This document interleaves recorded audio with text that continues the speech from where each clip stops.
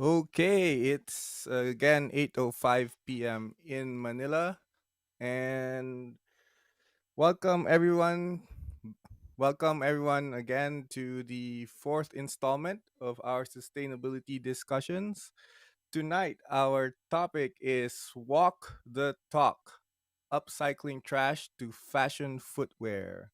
We have our guests. Oh, sorry. My name is JP, and by day I am a developer. And during my free time, I spend my time here at Makati House talking about cleaning up the environment and finding solutions to, or thinking of our future where it will be a sustainable future and pollution free. And I am joined by another Makati host, regular, Jen. Jen, hello, Jen. Let me introduce Jen. So Jen is based in the UK, and she's also another regular here in Makati House. Jen, say hi to everyone. Hello, everyone. Yeah, we're so happy to be here together with you guys and talk about important um, topics, especially when it comes to fashion. I cannot wait, and I hope you guys will have a great time, staying with us today. Thank you, Jen. And we have our guests tonight, our very distinguished guests who are fashion designers, and they have been using um, upcycled materials like plastic collected from marine litter collected from the sea, and also um, tinfoil wrappers. Let me first introduce Jerome Santa Maria. He is a ladies' footwear and accessories designer, who incorporates upcycled plastics in partnership with Remaker Space. So, if you were in if you tuned in to our first discussion with Pia, uh, of Pure Oceans. One of their projects is Remaker Space, and Jerome is one of the designers who is making stuff out of Remaker Space. And we are also joined by Custodio. He's behind Lala Patos, a men's footwear collection, and he uses upcycled tinfoil wrappers, and the initial collection was launched in partnership with Zapateria Hub in Marikina City, Philippines.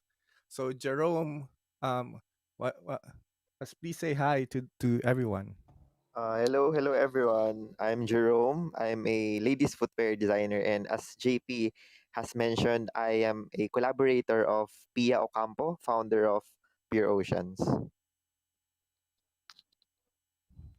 Yes, and thank you, Jerome, for joining us. And Mako, say hi so people will be familiar to your voice. Hello, hi everyone. Thank you for inviting us, JP. I am Maco Custodio. I'm currently in doing product consultation, and I'm also a shoe designer in the fashion industry. Yeah. Yes, thank you, Mako and Jerome for joining us. Um,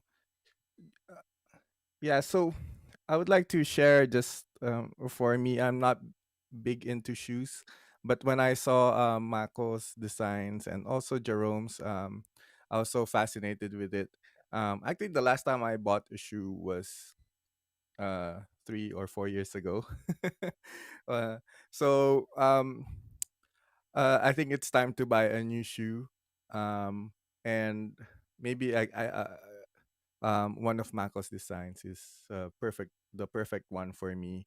Jen, you mentioned something about shoes. How many shoes does a how many shoes is enough 100 for a is not woman? enough for a woman. 100 pair of shoes is not enough. So don't ask how many shoes does a woman need. Is that so biased? that's a that's interesting. Jerome and Mako. Jerome, do you think how many shoes women, or how many shoes does How many pairs does Yes. one person should have? Well, to be honest, even though I'm a designer, I don't own a lot of pairs of shoes. So I don't know. I'm in the middle. Like we are in a pandemic. So, but if for a woman, yeah, I'd agree with Jen because Jen would make us rich. Yes, that's How why about we need a sustainable shoes that we don't need to be guilty. Ah, yeah, yeah, true, true. how about you, Mako? How many do you think? You know what? I have two things. So, uh, probably my designer hat tells me that you should actually own shoes that would match all your outfits, that would match all your mood swings, and that would makes you happy. And then my other hat tells me, okay, you know what? Every person should just own probably 5 pairs of shoes. And that includes a formal shoes, a rubber shoes, or training shoes, or probably like a scuba shoes, sandals, and hiking, and slippers. Is that five? Yeah. That makes a lot of sense. That makes a lot of sense. So we prepared some questions for Mako and Jerome. Um, why don't I? I'm gonna take the first one, Jen, if that's okay. How did this is both for Jerome and Mako? How did you get into fashion design, and how long have you been doing this? Like from the start. Jerome, why don't you go first? So I started when I was taking up industrial design in UP Diliman, where I took up my college degree. So yeah, but when I was a student, I would be honest, I saw Mako was already a designer. So he's one of the people along with Ryan Tenorio whom I was, searching on the internet, like who are the designers, and there's not much designers at that time, but Mako definitely is one of those people. But yeah, why did I decided to design shoes? Because industrial design, is a field where we design products. But when I was, taking up the course, I was also inspired by, celebrities like Lady Gaga and Britney Spears. So maybe along the way I just synthesized those interests. Like I was studying how to design products, but at the same time I was also, fascinated with this larger than life figures like celebrities. So I figured maybe I can design a shoe. So it still involves, that realm of, celebrities, icons. So that's how I started to, design footwear focus on women. Thanks, Jerome. How about you, Mako? Wow, may reveal agad sa age ha. So anyway, yes, correct. I think during the time that when shoe designing isn't really that exciting as compare as now na ang dami ng designers. So I started 2003 in the industry, and so I've tried I've tried to um come up with so many things, like a collection. I did probably all types of product lines. Like I did hats, headwear, leather bags. I did everything. But I think that what struck me the most is creating product that matters. So it I started thinking about materials 2016 when we had a chance to exhibit in London. I guess it's really a an eye opener when you actually represents the country and try to compete. No, not really compete. Try to be the best uh, version of you to represent the country. So there. I'm also in I took up industrial design also. So I guess yun talaga yung nag-push sa akin din that I don't want to be siguro a furniture designer. I wanted to explore more on the fashion industry. That's very good. Jen, why don't you go for the next question? Before I go for the next question, there's a question I'd like to ask Mako. Mako, please tell me about Philippine Footwear Academy. Oh, Philippine. Okay, so Philippine Footwear Academy. The story goes. Okay.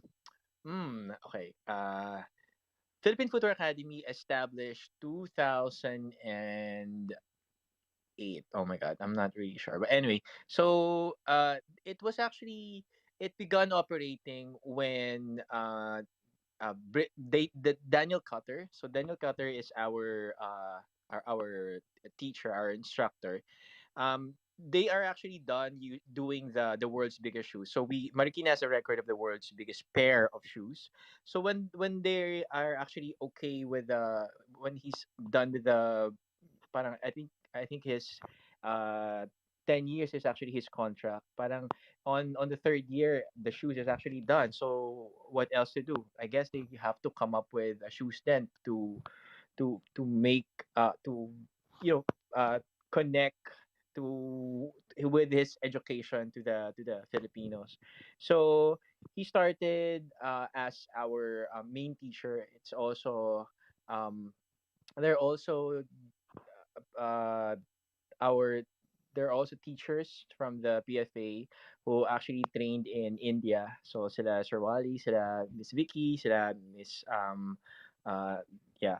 And yun, and I think it actually helped me a lot to understand what really how does the Filipino shoe making really is compared with the British, because Daniel Cutter is part of the Doc Marten, so he knows how everything is constructed. So in PFA, we are actually taught how to really create shoes from scratch. So it actually gave me a good foundation in designing also a pair of shoes. Thank you very much, Mako. And please correct me if I'm wrong. So there's plenty of Filipino designer like you out there. How do I say it? We were actually the first batch. We were, I think, 15. Yeah, and most of them are actually the son and daughters of the Zapatero, because Marikina government wanted to really come up with a program that would continue. This was like 2000, and I will get it straight. Yeah.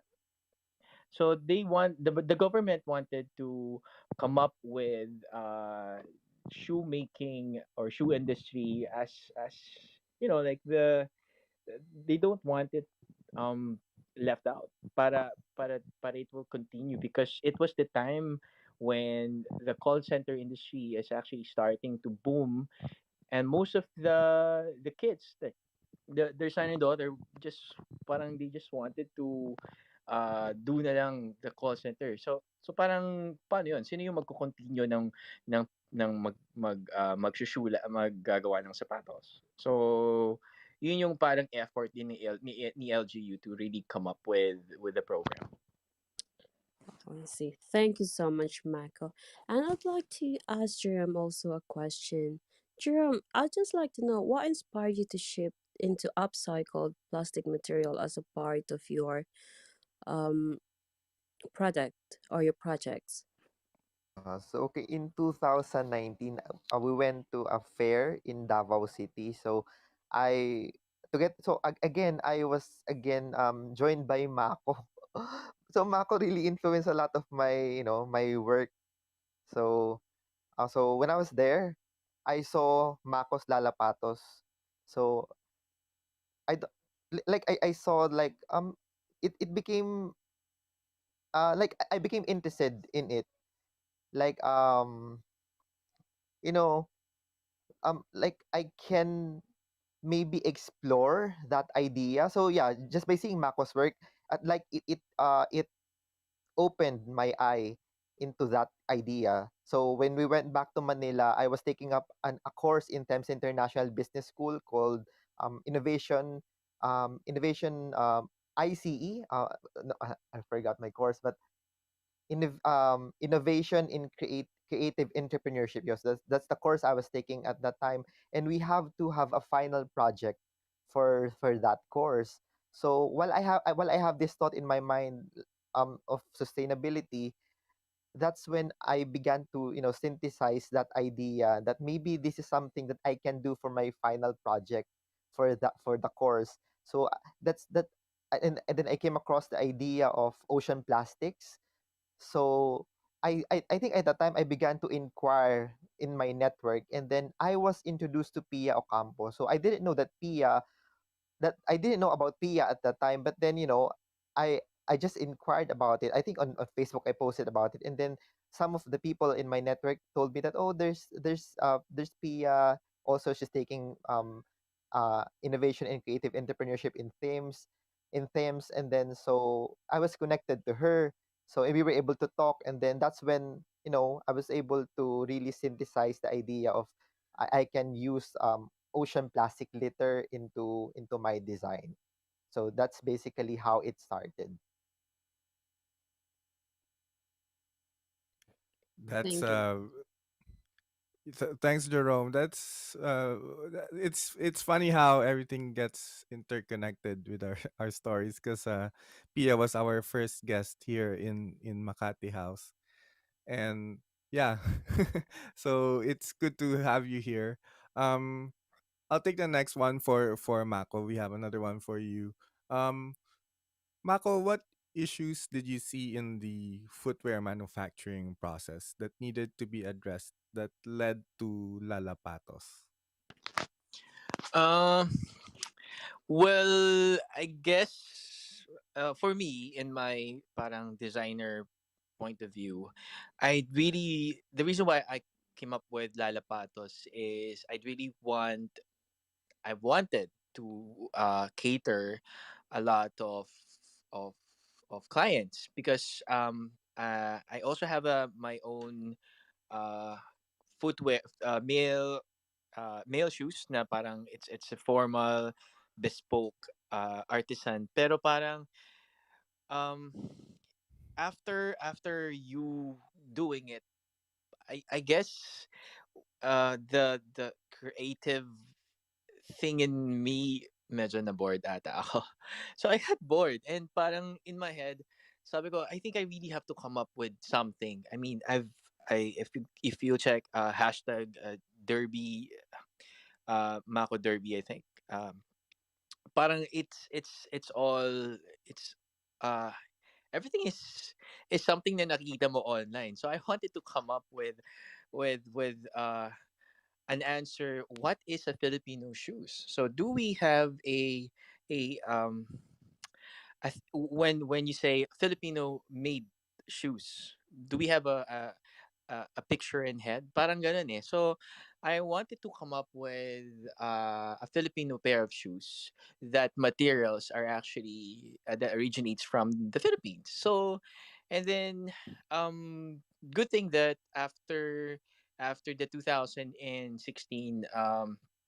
uh affair in London, parang it kind of gave me an idea to like really come up with foil as my main material, because in our history there are actually five kinds of materials that destroy. So there's the water lily, there is the foil, there's the uh, the mga discarded fabrics in Rizal. There's I forgot the rest, the other two. But so foil is actually part of the Filipino culture, and I wanted it to be present in my design. So then hence Lalapatos, and I'm really glad that Zapateria helped me come up with the samples and doing the initial collection also. Right. Thanks, Mako. Yeah, Zapateria Hub. You can find them on Facebook. Unix is a good friend of mine, the the founder of Zapateria Hub. I was inviting her to be a guest here as well, but she's busy with her MBA. Right. So let's take a quick break. And I'll reset the room, and just a reminder that the this room is being recorded, and we are being this room is being streamed live on Facebook, YouTube, and also Twitter Spaces. And if you missed our previous discussions, we are also on Spotify and Apple Podcasts. So please stay tuned. We'll just reset the room.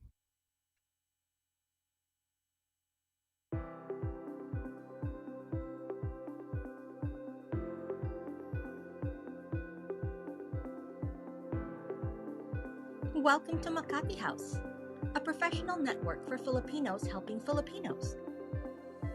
Our topic tonight is fashionable footwear with upcycled materials. Our guests are Maco Custodio of Lalapatos and fashion designer Jerome Santamaria.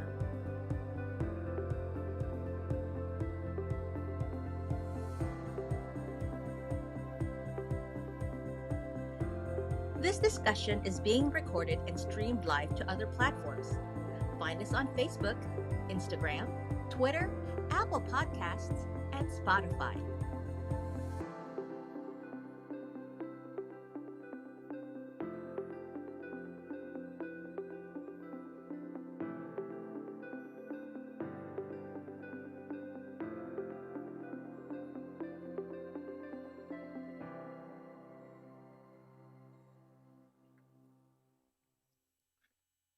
Right, and we're back. And also, I just wanted to say that uh, we'll be having a Q&A session later. And for those who have any questions, you can send it to me or to Bea or to Nino or to the guests or to Jen. You can send them as a back channel. And if you are watching from Facebook, you can comment on our live video and send it as a question, and then we'll ask the guests. We'll ask Mako and Jerome. Also to those tuned in to Twitter Spaces. So welcome back. Um, let's have Jerome first, and uh, let's have Jerome talk about the Diwata collection. Um, uh, d- Jerome, can you describe the collection, and also uh, Jen, what's the English translation of Diwata? Is it fairy or Harry. yes? Very. Okay, go So ahead, Jerome. Diwata, the name actually is derived from the fairy in Philippine folklore. So I name it Diwata because the fairy in Philippine folklore is the creature that protects the mountains and the rivers. So I think it's a rightful name for the project because the design is geared towards a feminine energy, the women, and then of course it is geared towards protecting the environment. So that's why I name it Diwata. So as I've mentioned a while ago, it came into conception when I was introduced to Pia of Pure Oceans. So yeah, the heels of the shoe is actually made out of upcycled ocean plastic litter. So the heels is actually made out of compressed ocean plastic. So it is basically a hard kind of plastic. So its appearance is a marbled look, so it's very very aesthetically pleasing to the eye. And what's good about it is that I was collaborating with Pure Oceans, and then they are engaging communities in Tingloy, Batangas. So Tingloy, Batangas is a strategic location because I think the current of the waters is bringing the marine litters from I think from Manila also, and from the urbanized area in Batangas. So the litter is flowing to Tingloy, Batangas. So that's why Pure Oceans is collaborating with them.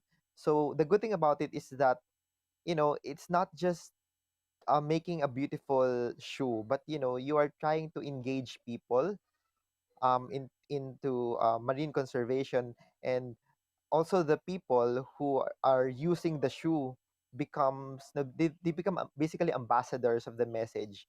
And I was thinking about how can this small heel would eventually make make an impact. And as I was pondering about it, I realized that the goal really is not to, you know, you know, collect this millions of tons of plastics by using the heels, but it's instead, just with this beautiful shoe attracting people's attention, it would create that impact, and maybe other people would be inspired to make their own solutions in order to mitigate ocean plastic problem. Jerome, I'd just like to say quickly to our guests, kindly do a PTR. And before we go to Mako, before I give it back to you, JP, Jerome, can you tell something about the PTR on Bea and on my profile? Sorry, the PTR. The pictures on my profile and the pictures on Bea's Oh, profile okay, as okay. well. So the picture on your profile is a black shoe. So that heels is made out of, the black garbage bag that we usually use, and then the white part is the sandbags, the white sandbags. So these are the types of plastic that are usually neglected. People don't recycle these things. It just floats into the ocean and wherever in our landfills. So I think it's something that is quite peculiar. People don't really focus on this in this kind of materials. They don't pay attention into recycling these things. And then what's amazing about it is that you can turn this material into something that is actually appealing to the eye, and you can actually use. And then with Bea's picture, the that shoe is actually made out of, again, sando bags that we use in the palenque, in the market. Those are, combination of yellow and blue plastic bags that are very, very common in the Philippines. So again, you can see there the marbled appearance of the plastics, and that shoe is actually inspired by the Philippine flag, the colors of the Philippine flag. So as a designer, because usually I start, you know trying to draw inspiration from, Philippine aesthetic, Philippine design. So yeah, that's a brief description of those two designs. Thank you very much, Jerome. Back to you, JP. Thanks, Mako. Sorry, no. Thanks, Jerome. Thanks, Jen. And now to the real Mako. Mako, can you introduce us more to the Lalapatos collection? Um, and we'll be flashing pictures. For those on Clubhouse, you can pull to refresh. Bea will be updating her profile picture. Yeah, so Lalapatos is actually a pair that parang it's the shoe that we wanted to come up to join communities together. So the word together for me is such a and it's very meaningful, especially during the pandemic. But like I feel now na parang being together after the pandemic happened, parang oh okay, what's gonna happen anyway. Going to my story, Lalapatos is really a piece that's made from three kinds of community. So the journey begins in Baseco when we actually pulled the pre-consumed foil from our partners. It is the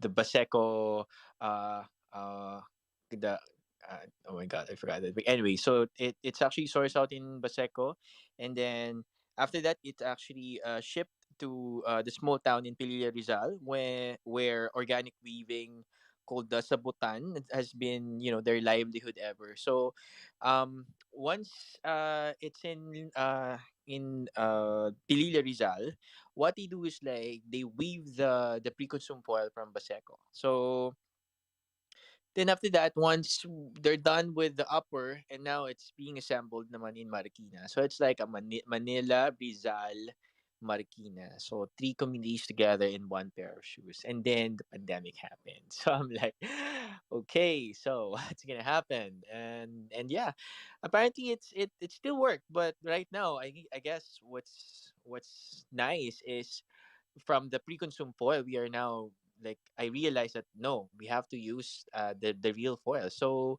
2020 when I came up with I said like parang oh sige let's probably promote na I'm gonna start collecting foil from everyone if it's basta they have to just clean it out and once it reach a kilo so ako nang bahala with the shipping or but sometimes sila na rin yung nagpapadala and I'm surprised that all the way from Cavite from Parañaque and I think I have an inquiry from Bulacan so I guess people really want change to happen.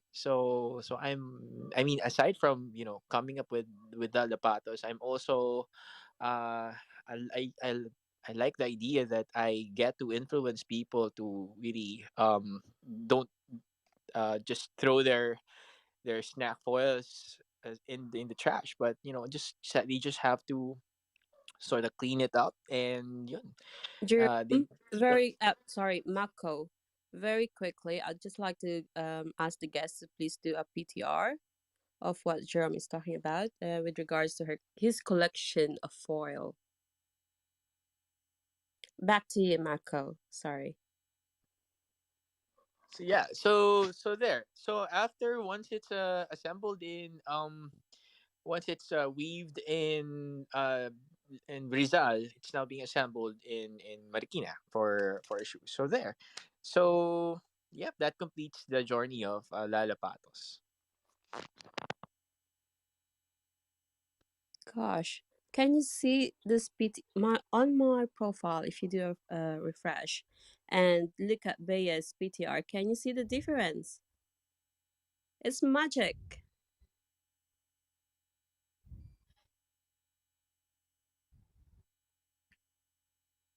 From trash to shoes. It's amazing, isn't it? So we're running behind now. So really quick, Jerome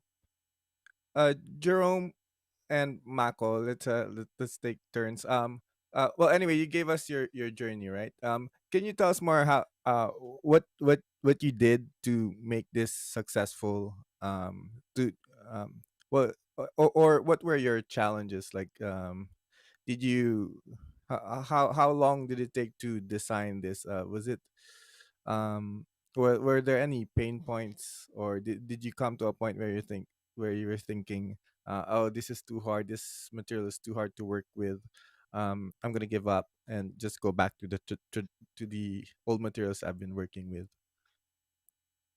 Jerome.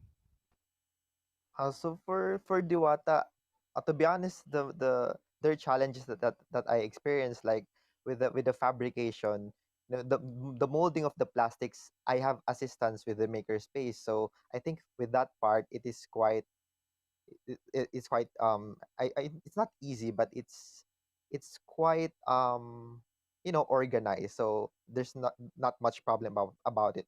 But the design of the heels, for example, I have to have these curves and shapes. I have to transfer the work to another fabricator, and that's when the challenge happens. Like um I think last year we're supposed to have an order with a separate brand, and then what happened is that the blades of the cutter starts to break, so we also have to pay for the overhead, each and every time it breaks, it breaks. So those additional costs happen.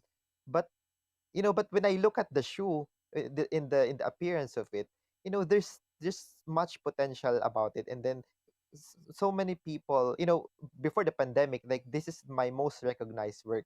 Like I had a lot of recognition with it. I joined a competition in Taiwan called Design to Business Startup Bootcamp, where I have to pitch the design, and then um you know you gotta get funding after that. Although at the time I only placed third among all the other delegates. But um, basically, I had a lot of recognition with the design.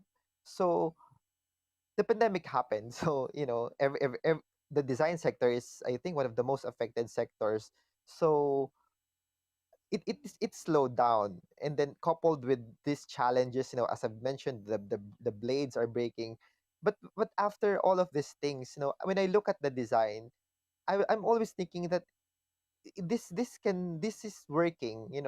I just have to, people like it. And then I would like to say, maybe some, if the pandemic restrictions would loosen up, and I'm seeing that it's loosening up. So I think the idea of Diwata, it is still a potential. It is a big potential still. you know so I still have my cards with Diwata. And even if with the pandemic, I was still able to move forward with it. So I think if the pandemic didn't happen, then maybe a lot of better things happened with it. But it has still a lot of potential. Yeah. All right. Uh, Thank you about that, Jerome. We're so proud of you. Thanks. Wow. And let's go back to Maco. What are the challenges that you face as well, when it comes to your cost? And I just want to know if, is this a slow fashion or fast fashion? Or is there gonna be changes in the future? You know what, Jen? I think it's gonna be really part of the slow fashion category.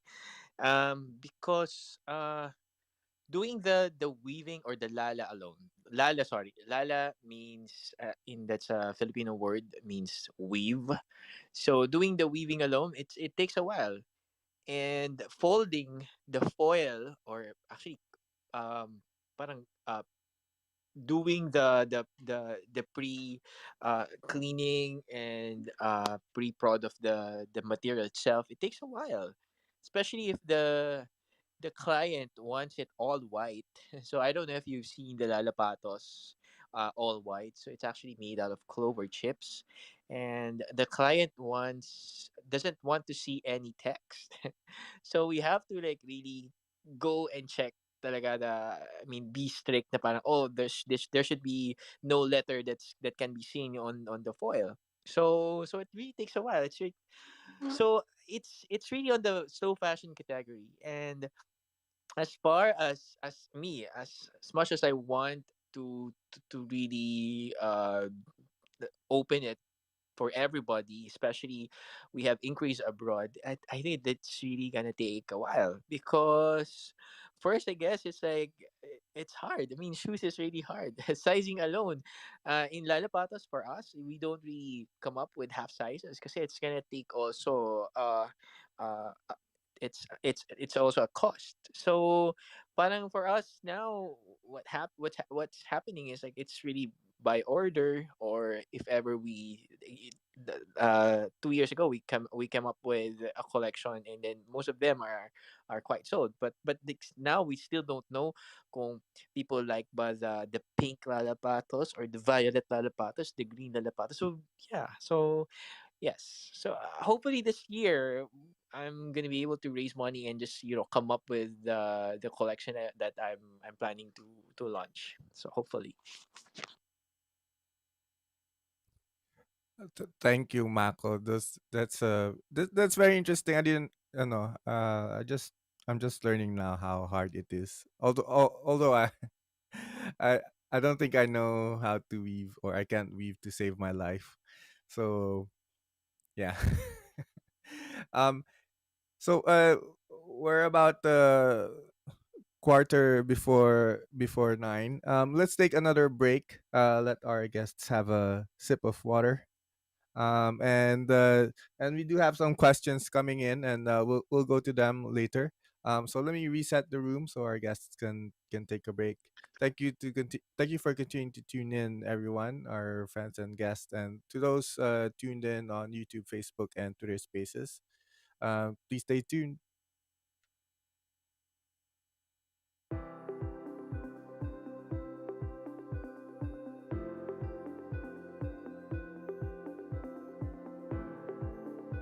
Welcome to Makati House, a professional network for Filipinos helping Filipinos.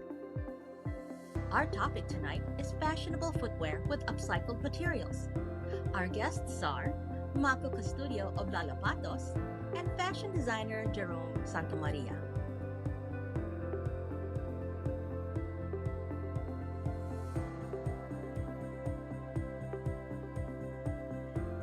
This discussion is being recorded and streamed live to other platforms. Find us on Facebook, Instagram, Twitter, Apple Podcasts, and Spotify.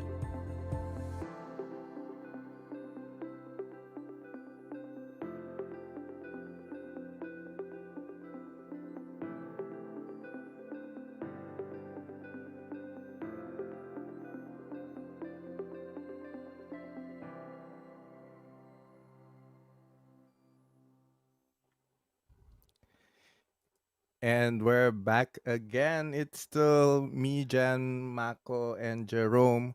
We're talking about upcycled fashionable shoes.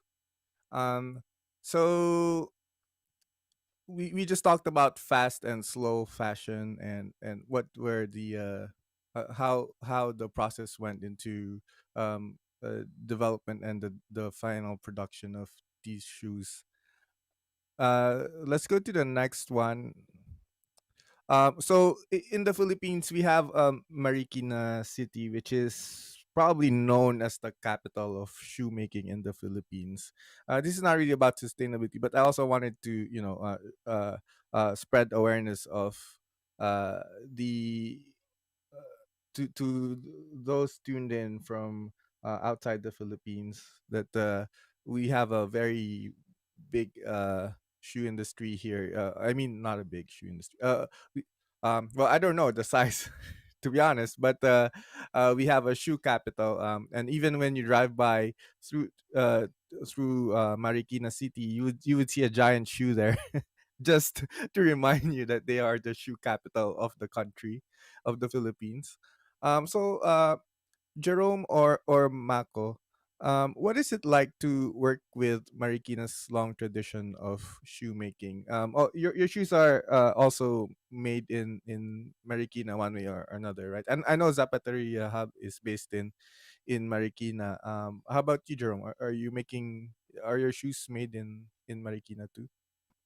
Yes, actually, I also am a collaborator with Zapateria, but I also have a lot other makers in Marikina. So my style is I treat the makers as my friends or like my family.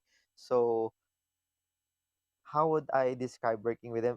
Sometimes it's quite there are heartbreaks as well. Like for example, when the work because sometimes you have expectations, right? Even though Marikina is known for the craftsmanship, for all these great things about Marikina craftsmanship, but sometimes um you tend to also feel frustrations.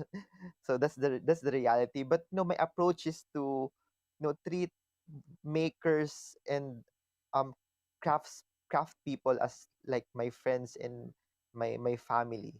So that's like my dynamics. So how I see Marikina industry is that it is filled with people who are they're very talented, but they are beyond those talents. Like I sometimes I spend just time just telling stories after a hard day's work. So that like for example, now we have now the pandemic. Like I don't really remember the stitches and the like how good the shoe was made, but what I remember is how how I was able to spend time with the people there. So that's I miss it. I miss it. So those are my memories of Marikina City. Thank you, Jerome. How about you, Mako? You mentioned you went to London, a fashion show in London, or a design event in London. Have you worked with international designers? How does Marikina fare against other countries, or even in the region? If you've worked with other um, uh, manufacturers in the region. So I think also see Jerome can actually correct me if I'm wrong. The thing, just for I'll probably have to say siguro muna the local industry. So I've been in industry for quite some time, and the thing lang working with our masters in the shoe industry. So syempre when I started in the shoemaking, as in like literally I can actually create shoes from scratch. So the masters, of course, sasabihin muna nila pag nag-design ka, hindi pwede yan. Like, ano yan, mahirap yan sa ganito. And then, syempre, if you know how to do it in your head and you think that, it's really possible, you really fight for it, right? So, when my first collection, it was a collaboration with JC Bandia. So the shoes, it's parang ano, it's literally parang it looks so easy, pero it's hard to construct. So I call it the donut shoes. And the thing about that, kailangan mo talagang ipakita with the manufacturer or with to show them that these shoes are this design is really possible. So yun, kailangan talagang I guess like having a little know-how in like creating shoes. It's also a plus to tell them, okay, it's possible. So with the other end naman, I've not I've worked with other people in the design nga lang, but not yet in the manufacturing. So I guess it's pretty much the same. Thank you so much, Marco. I feel so bad that, 1 hour is not enough for us to discuss this very interesting topic.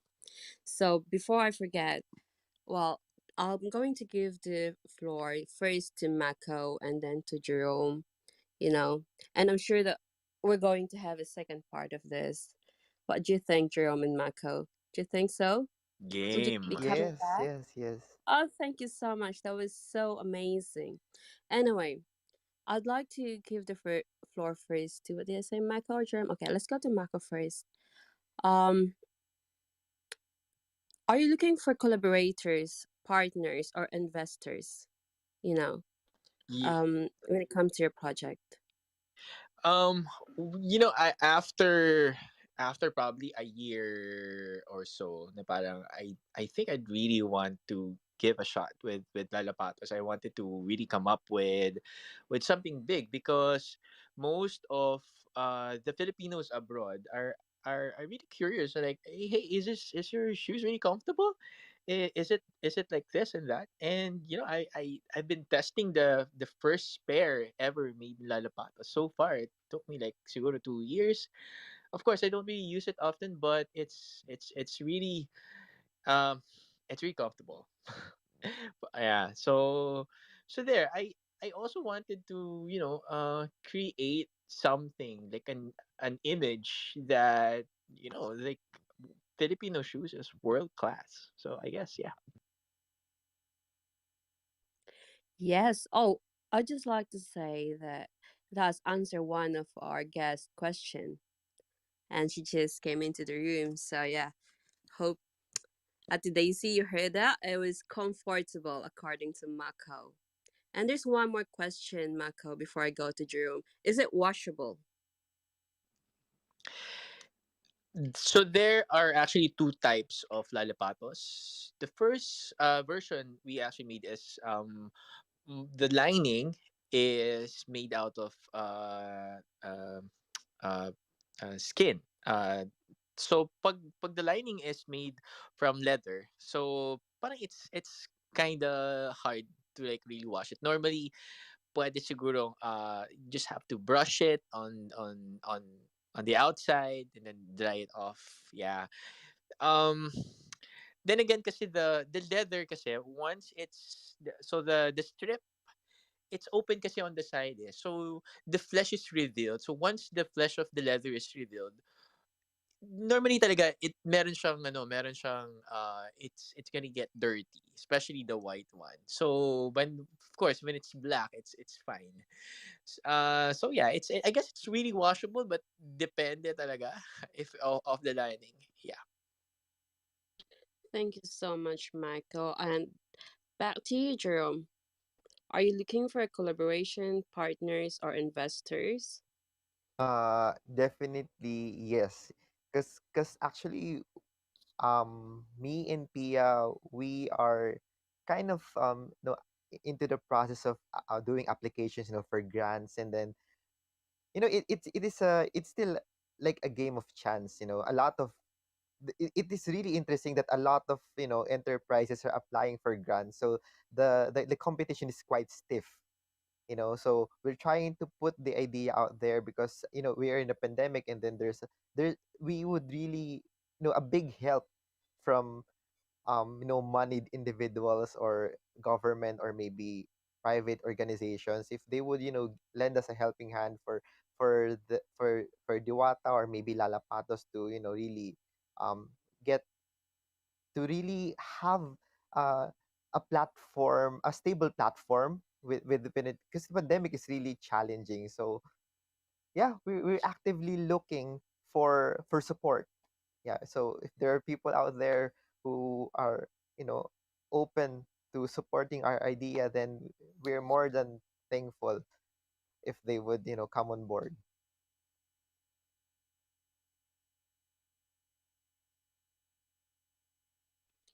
Amazing. Back to you, JP. Thanks, Jen. Thanks, Jerome.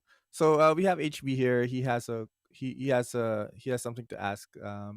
So HB is the founder of Makati House, and I'm not gonna get into the jokes, but go ahead, HB.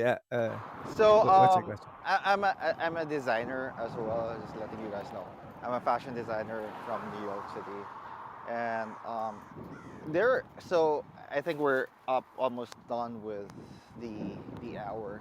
So got a question. So let's go for what are the lucky surprises that have you had throughout your business or your venture? So who have you talked with that you wouldn't imagine you've been talking to or working with? Or any lucky surprises that you went through your journey?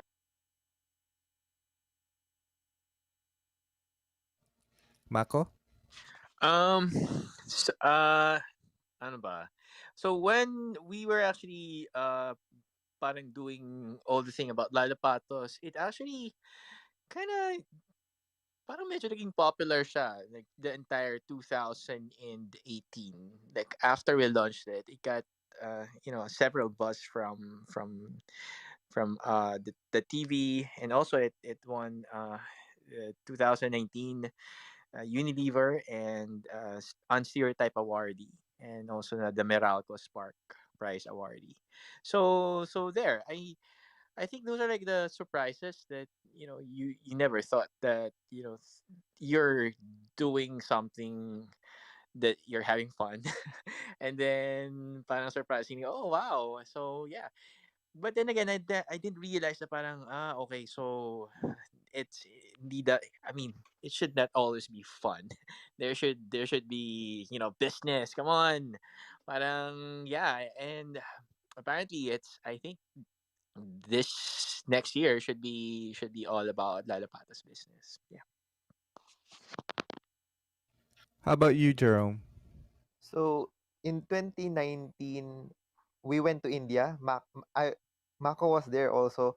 So the surprise is and like when I presented Diwata there, like the feedback is like wow, the the the the idea is amazing, the design looks amazing. So I think that those feedback from people from like other countries, and then um if during the pandemic I had a friend in London. She's studying an MBA degree there, and then she asked me to make a wedding shoe for her, and then she told me that the feedback the wedding shoe actually used Diwata heels. So the feedback also of her classmates in her MBA, like, wow, the idea is amazing. So yeah, those feedbacks, like, oh, this idea is, it's kind of, what word I would like to say, like maybe amazing, like that. So maybe we just have to, you know push it forward, because there's the feedback really is, it's quite heartwarming, and it's encouraging.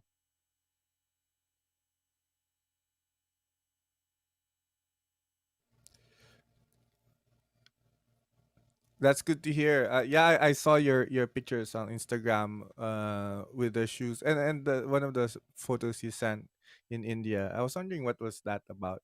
Um, so uh, I know we're out of time. Is it okay if we extend for about 10 more minutes, Mako and Jerome? Yes, Yeah, yes. sure, sure. All right, yeah. So I have in the list that I really wanted to ask uh, is well, I have two. Let's see if we can. Well, let's try one first and see if we can uh, squeeze in the other. Um,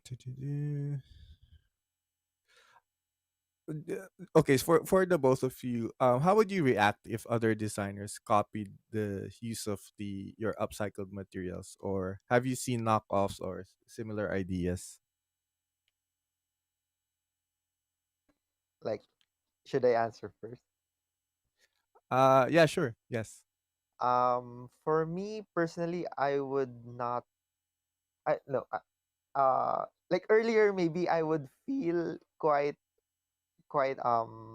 uneasy about it, but at this point, if there would be someone who would be doing like a similar idea, I think the goal really is to, you know take a lot of trash from the ocean. So if there would be a lot of more people who would be involved in, taking out those trash and then turning it to products, and if it would be like similar to Diwata shoes, maybe at this point, I it would be okay for me, I think.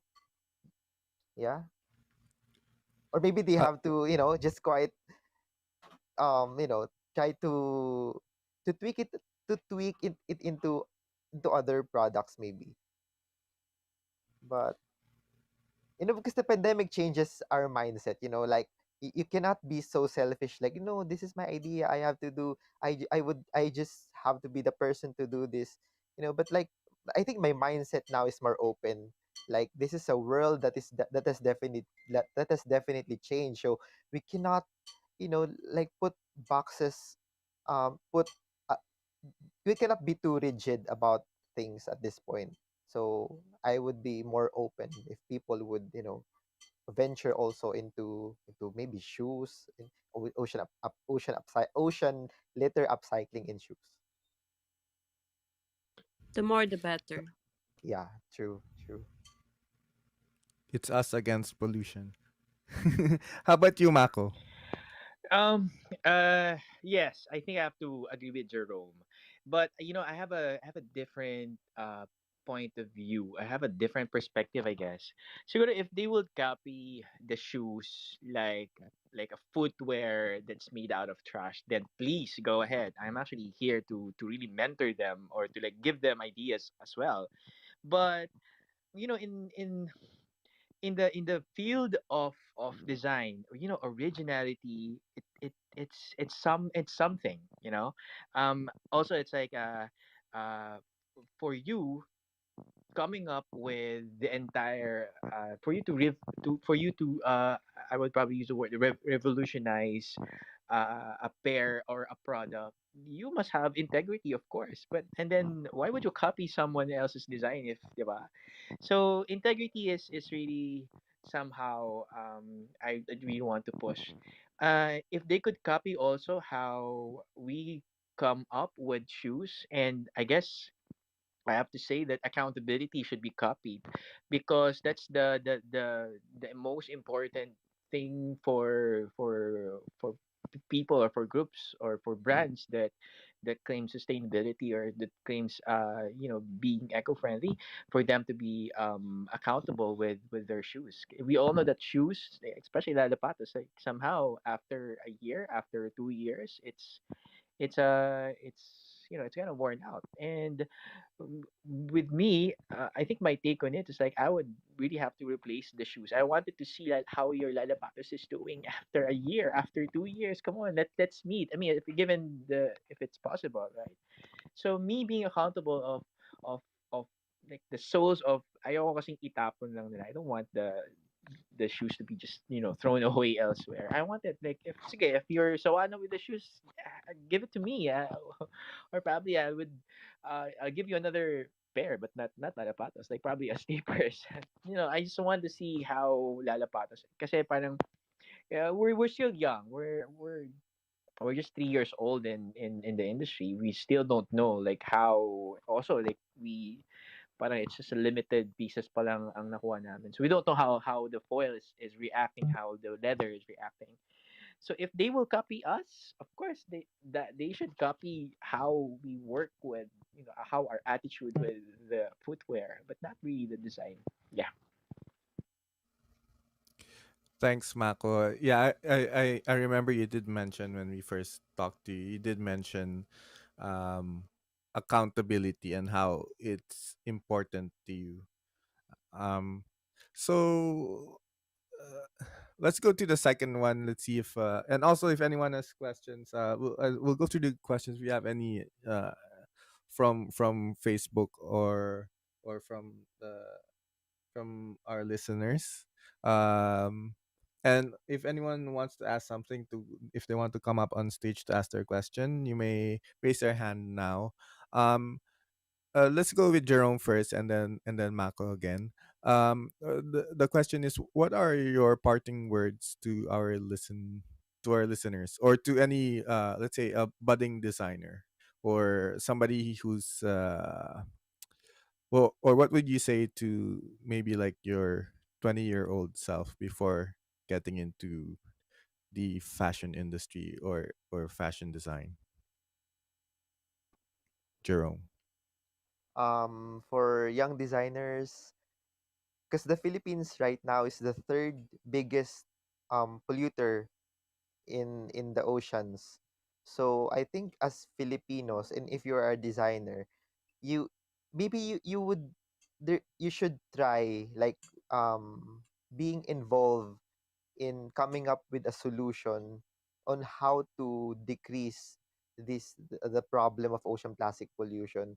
So I think that is one thing that young designers should think about, because we have this responsibility to decrease the problem that we also caused. And then what's the other question?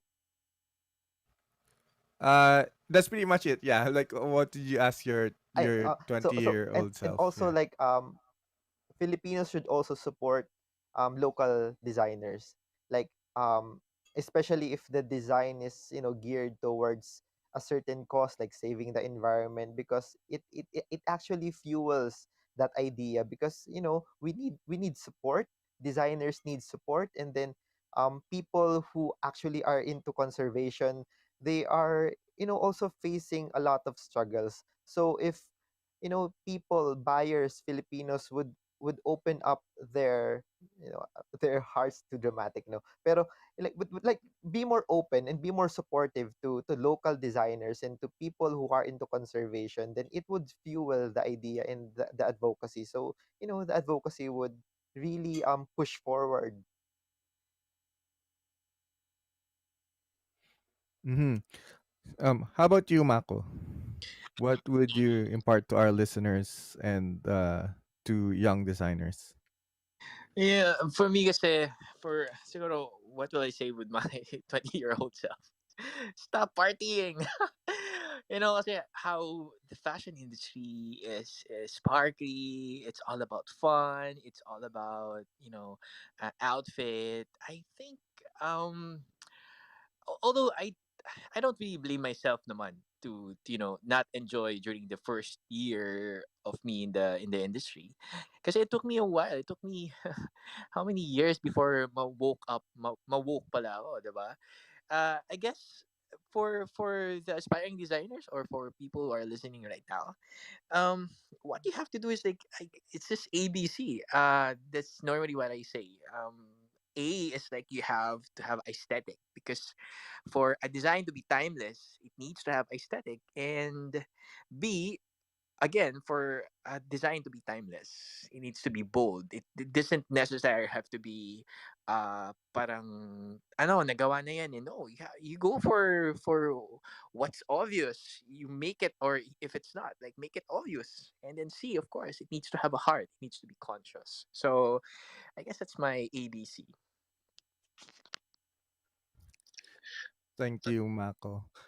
So yeah, I think so it's time for Q&As. We'll skip the last reset just to save time. Uh and we do have one question from one of our listeners. They would like to know what during your journey, if you worked with any of the communities. I know Mako, you mentioned working with Baseco. How about Jerome? Have you been to Batangas with Pia and the team, Uh, or your the workers or worker community that you've been working with? with Pia, yes, I did join them in their in their journey. Like we rode a boat to Tingloy, and then we also collected trash personally along the beach. But me personally, because I'm someone who when I'm a designer, I'm really into the nitty gritty of things. Like I am really how do I say this? Like I mingle with the workers. Like for example in Marikina City, I really mix with the craft people, and even in the maker space, like the people who do the molding of the plastics. I also like I'm really so much involved in the process, like you know how do I say, parang like sa kinakaibigan. And then uh yeah, basically I'm really hands on. So with all of the communities and all of the people who are involved in the design fabrication, I um um it's almost like I want to become friends with all of the people involved in the process. So yeah. Thanks, Jerome. So, last call to our listeners and audience, and to those tuned in to Facebook, Twitter, and here on Clubhouse for questions. Um, in the meantime, let's ask our guests how can people find you. I know you have your Instagram pages. What's the best way to contact you? Mako first, and then Jerome. So I'm on IG, so at Maco Custodio, and also, and we have a Facebook page. Yeah, so they can actually message. It takes a while for us to reply. I'm sorry for that, but yep, yes, that's it. Thank you, Jerome. So my Facebook is Jerome Santa Maria. So my Jerome is letter G. And then I also have an Instagram. So Jerome underscore Santa Maria. All Thank you. right. Okay. Thank you. Um, let's see what else we have here. And okay, here's one for the both of you. What is stopping you from mass producing your designs?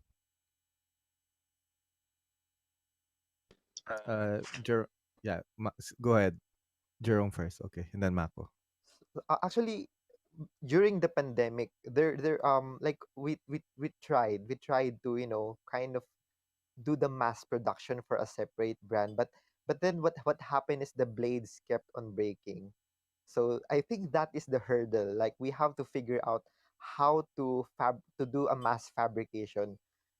So I think that is really the main hurdle at this point. But also, what I was thinking about is how it would become still genuine with the main goal, because once you turn a shoe into a mass production type of product, then there's a tendency that people would throw it away. So what's the use of having this upcycled plastic on the heels, when people can just discard the shoe easily whenever they wanted. So those are the things that we are trying to figure out, how to really come up with the right plan. But at this point, I think the best way is to just to really make the shoe something that is something that is more special, more one of a kind, and something that would just inspire other people to come up with their own ideas, that like, oh, this is we have a problem about ocean plastic pollution. I saw it through this shoe, and then maybe they can come up with their own ideas. There, maybe I can do a bag out of ocean plastic. So I think that would be the purpose of Diwata at this point. But mass production, it's kind of trying to figure out. It's at that stage at this point. Thanks, Jerome. Mako. So having thought about doing coming up with products that matters. But I think it's also my objective to to reach all seven continents. Dapat all seven continents meron na tayong lalapatos. Everyone should have lalapatos by before the year 2030. So that's my target. That's good to hear, Mako. That's in line with the UN sustainability goals. Um, so just one last, and then we have some announcements. Um, what are your what is your what is your next project after the Diwata collection and Lalapatos collection? Let's go with Jerome and then Mako again. So at this point, we're I am collaborating with a company called Everything Green. So we're coming up with still Diwata, but with the kind of a decline in the demand of shoes. We're trying to figure out, maybe we can turn the Diwata uh material into home items, like maybe a lamp, or uh things that people use for work from home setup. So that is the direction that we're trying to explore at the moment. But the shoes is still there, because that is the core of Dewata. So it's still there, but and we are opening up. We're trying to open up. We have the vaccines, and then so I think people would start to go out soon. So um we are at the stage that things would really people would begin to buy shoes. So that's um the stage of Diwata at the moment. Got it. How about you, Mako? Sorry, can you repeat the question again, JP? Sorry. What's the next project after Oh, okay, Lalapatos? okay. So, yeah. I mean, for everyone's knowledge, I'm like Lalapatos is a collection under my own brand. So I'm pretty much doing a lot of things. So, right now we're actually busy with the December. I hope to really launch the a series the another line this year for Lalapatos. I'm really looking for the funds. Yeah. So there. It's gonna be. I think this one is gonna be neutral. Yeah, I've launched a COC, Lalapato COC. It's like color on color. We actually tried to come up with colorful lalapatos, but apparently parang medyo nalito kami with, oh, pag may order ng green, ng ng purple. So parang sabi ko, okay, like this year probably it's just like medyo streamlined a bit since everybody is really not into shopping footwear, but it's picking up. But if it's probably somehow magagamit nila, why not? So yeah, hopefully we could probably launch this year. All right. Okay. Since you also mentioned funds, I know Jerome is working on grants too. My aunt mentioned she might know someone who's looking into invest in some projects here. So I'll see if I can hook you up. Yeah. So I think that's a wrap. Yeah, Mako, go ahead. No, that would be amazing. That would be amazing. Like it's not just me and Jerome. We are actually part of a small group of zapateros. So all of us mga shoemakers. Kasi in Marikina, like it was actually led by Zapateria. We come up with a shoe designing contest.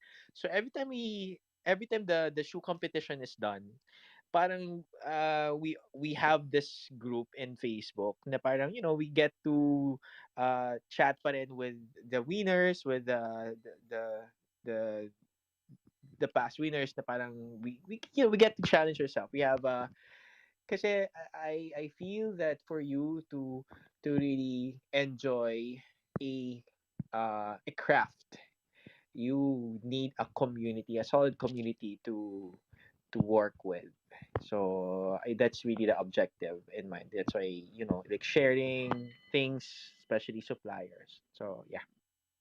Yeah, I forgot to mention that the competition that Mako was mentioning, I won that competition in 2014. So going back to the first question, that competition allowed me to really, get a stable foothold in the world of design. So Mako is right that that competition really launches a lot of designers, and then the networking that happens after the competition really helps the designer, find his or her way into the world of footwear design. That's amazing. How you got into that, Jerome, and thank you for sharing also, Mako. I think that's it. Jen, any last words from you? Yes, I have this thing. It said, unless people can afford sustainable product to replace fashion, it's not productive. But now you open up my eyes. Like when Jerome said a while ago that, it's to bring up the awareness. And then when Marcus said, even one pair, if you use it for a long time, you know, it's more than enough. So I think you guys are doing brilliant, brilliant, brilliant job. And yes, we would like to see your name up there competing with the international designers as well. And as with your cause, we would definitely support you. Thank you very much. Thank Yes, you thank so you. much.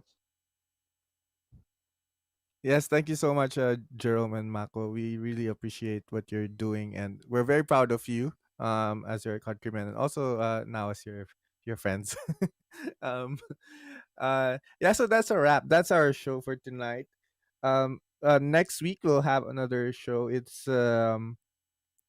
is our topic next week is about World Mental Health Day, and it's also World Mental Health Month. We will have our guests will be Kat Trivino and Antoinette uh, Taos. And the week after that, we will have another topic about bike lanes and in times of COVID, during COVID, after COVID, and pop up bike lanes in EDSA for and on how we can have clean air. And as mentioned earlier, our show is also on Apple Podcasts and Spotify. So if you missed any of our previous discussions, you can listen to uh, to the show. And we will have an after party, another room where we can network. And for those who are shy to speak publicly, recorded or on the restreamed channels, you can network, and you can also connect with directly with with Mako and Jerome. We'll have more topics on sustainable fashion. I'm sure we'll come up with more questions. Like now we're over time by half an hour. Um, so yes, that is it. And also, by the way, if you have any friends or colleagues that who can be a guest in the show who are working on sustainability or sustainable fashion, let us know. We'd be happy to have them over and let them talk about their advocacy or their business.